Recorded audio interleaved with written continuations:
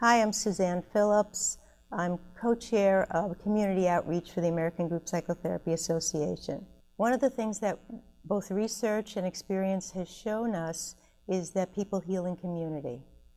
In the early stages of any kind of disaster or trauma, there's nothing as valuable to people as their familiar networks of support.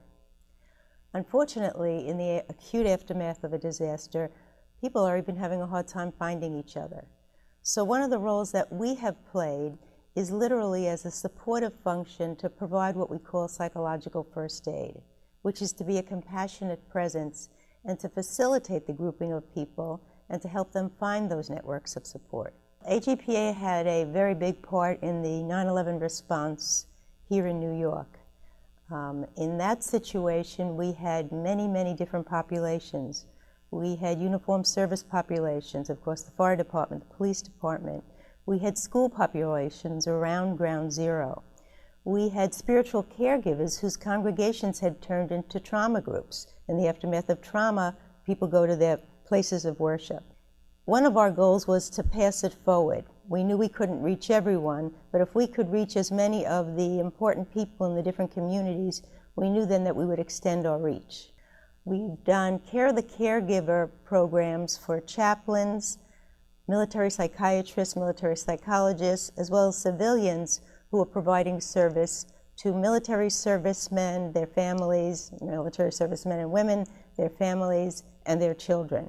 We've translated much of the 9/11 work that we've done with uniformed services to the needs of military couples.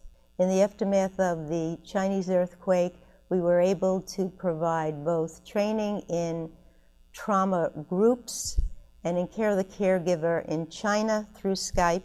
It was 7 o'clock in the morning in New York, 7 p.m. in China, and we spent hours working with folks who would be intervening in the aftermath of that disaster.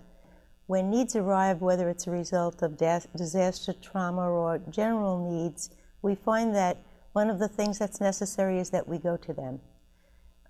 And so part of our goal is to make ourselves available to meet the needs of various populations, both nationally and internationally. And because we know that people heal in group, we're both able to understand that in a group setting, what's happened can be normalized, what's happened can be validated. In a group, someone who does not yet have a voice to put words to the unspeakable finds the support in the group to find a way back to recovery.